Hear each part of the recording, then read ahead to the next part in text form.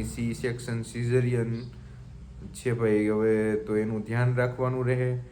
તો ભાઈ બધાય પૂછતા હતા કે ભાઈ સી સેક્શન સિઝેરિયન છે કે નોર્મલ છે. ભાઈ નોર્મલ નથી થયું, બેબી નોર્મલ નથી આવ્યું. બાવ માટે અમે લગાડી દીધું ફિલ્ટર.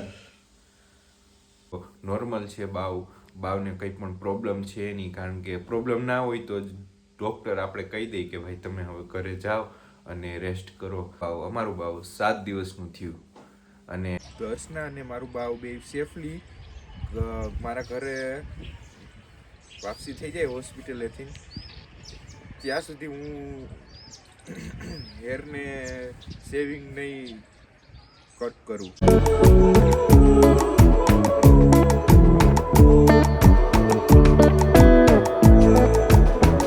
બધાને પર્સનલી કહું છું, પેંડા ખાવા હોય તો આવી જાજો મારા ઘરે. ઓમ નમઃ શિવાય. Good morning, welcome to new vlog guys. મસ્ત મોર્નિંગની સાથે આજે મારો વ્લોગ સ્ટાર્ટ. દર્શના એમના ઘરે છે, પછી હું ઘરે પહોંચી ગયા, એનો વિડીયો ન બની શક્યો અને હું ધીમે ધીમે મારું કામ પતાવીને ઘરે આવ્યો હતા, તો એ લોકો પહોંચી ગયા હતા ઘરે. ફાઇનલી આજે કેટલા દિવસ, 11, 12, 13, 14, 15, 16, 17, 18, 19, 20 7 દિવસ થયા ને કા મમ્મી? આજે અમારું બાવ 7 દિવસનું થયું અને હમણાં એનો કોલ આવ્યો હતો કે બાવ રાતે એકવાર ઉધરસ લીધી હતી. એટલી હેરાન થાય ને, એટલી એને એમ ઓલું થાય ને કે વાત પૂછો માં. મને કે તમે અત્યારે લઈ જાવ ને મમ્મીને બે કે ડૉક્ટર પાસે જઈ આવો. મમ્મીને હું જઈ અને બાવની તબિયત કેવી છે એ જાણી આવી. આમ તો નોર્મલ છે બાવને કંઈ પણ પ્રોબ્લેમ છે નહીં, કારણ કે પ્રોબ્લેમ ના હોય તો ડૉક્ટર આપણે કહી દઈએ કે ભાઈ તમે હવે ઘરે જાઓ અને રેસ્ટ કરો. અત્યારે દર્શનને ધીમે ધીમે શાક રોટલી એવું બધું હળવું મોરું ભોજન તો એનો આહાર લે છે અને થોડાક જ દિવસોની અંદર હવે ઘી ને એવું બધી હું કે ખાવાનું ચાલુ કરી દે એટલે ઓટોમેટિક રિકવરી. ખાસ તો આપણું જે આ શરીર છે ને એને અંદરથી એમ થવું જોઈએ કે હું રિકવર થાઉં છું. પછી તમે એવું વિચાર રાખો કે મને તો અહીંયા દુખે ને અહીંયા દુખે ને આમ થાય ને તેમ થાય, તો પછી તમારું ધ્યાન ક્યાં જાય ખબર ને? દુખાવા ઉપર જાય, સારું થવા બદલ ના જાય. મને ખબર છે, મને ખુદ ઉપર વિશ્વાસ છે ને, એટલે હું કહું છું.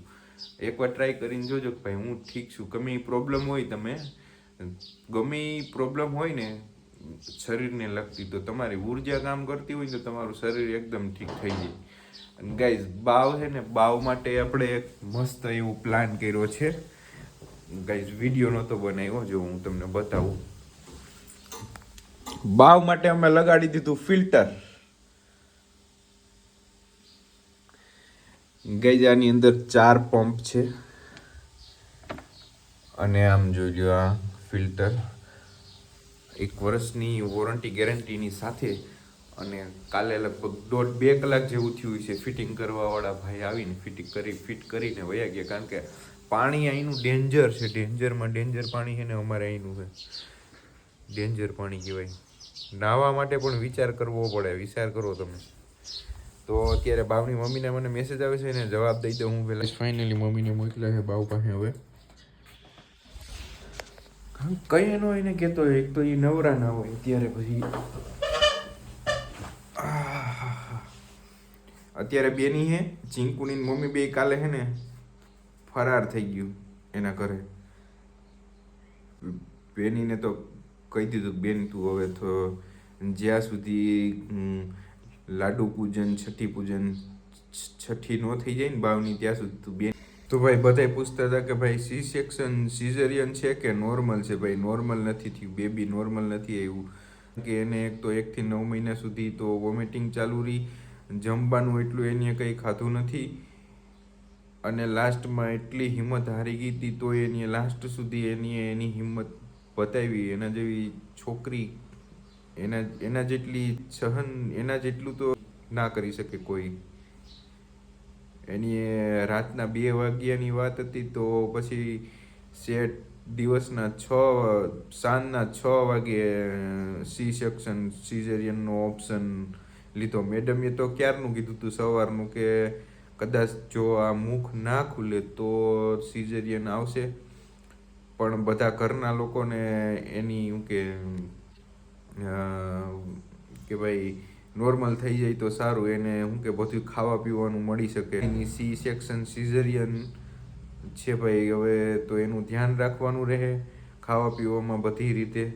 અને અત્યારે તો જો એને એના ઘરે હે, આરામ કરે હે બાવને બેય મસ્ત રીતે. અને તો તમે બધા પણ થોડોક સાથ સપોર્ટ.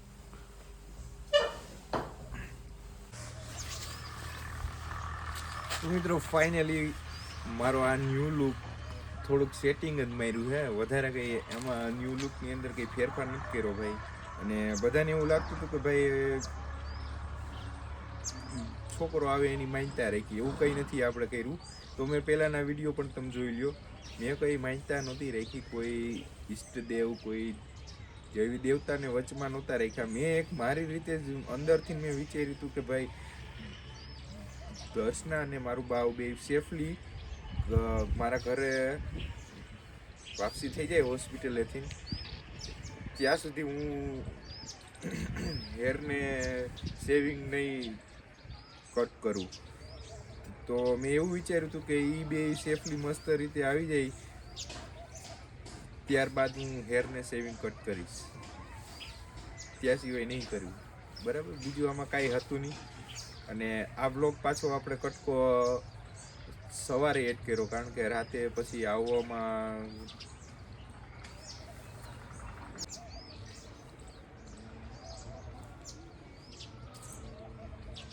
એક તો એ થોડીક વાર રોય ને તો પણ અમારે અહીંથી દોડીને જવું પડે. બરાબર, એના માટે હંમેશા એક્ટિવ રહેવું પડે રાતે પણ, કારણ કે રાતે ઉઠે એટલે ડાયરેક્ટ ભૂખ લાગે એટલે એ રોવાનું ચાલુ કરે, પછી એમરજન્સીમાં જવું પડે અમારે અહીંથી. 2-3 જણા ત્યાં પણ છે, 2-3 જણા અહીંથી 5-6 જણા ભેગા થાય પછી બાવ વ્યવસ્થિત રીતે એકાબીજાના પછી 1-2 જણા જ હટતું હોય, પણ બધા તો બીજા દૂર જ હટતા હોય, બીજા બધા દૂર જ હોય. કારણ કે ડૉક્ટરે બાવથી આમ દૂર રહેવાનું જ કીધું છે કે ભાઈ એને ટચ કે ના કરતા, સેનિટાઈઝર ડેટોલ એવું બધું તો છે જ, પણ કે એટલું બધી આમ કે હાલો ભાઈ હેત કરી લઈએ. અત્યારે હજી હેત કરવાની વાત નથી, અત્યારે એને 2-3 મહિના તો એકદમ મસ્ત એનો કે પરવરિશ ઉપર જ ધ્યાન રાખવું પડશે, એની ખાસ દેખરેખ ઉપર. કારણ કે ભાઈ શરદી ઉધરસ અત્યારે શિયાળો છે, ગમે ત્યાંથી ઇન્ફેક્શન ફેલાવીને આવી શકે અને નોર્મલી ચેપ લાગી શકે, બીજું તો કંઈ પ્રોબ્લેમ ના થાય. અને પ્લસ ગાઈઝ બધાને પર્સનલી કહું છું, પેંડા ખાવા હોય તો આવી જાજો મારા ઘરે. કારણ કે ભાઈ પેંડા લગભગ 6 કિલો તો ઓલરેડી શું કહેવાય મોટા મીઠા કરાવી દીધા બધાના 6 કિલો પેંડાના. હજી પણ અડધા લોકો રહી ગયા છે મારા બાવની ખુશીના પેંડા ખાવા માટે.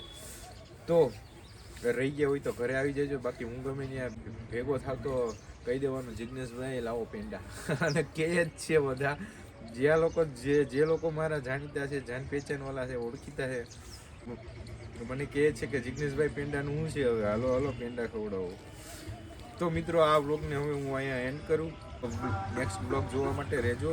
મારું બાવ દર્શના ને અમારી હવે એની લાઈફસ્ટાઈલ સ્ટાર્ટ થઈ છે, તો પ્લીઝ બધાય સાથ સપોર્ટ દેજો. અને ભાઈ બીજું તો હું તમારી પાસે માંગુ, કુદરત છે ભાઈ.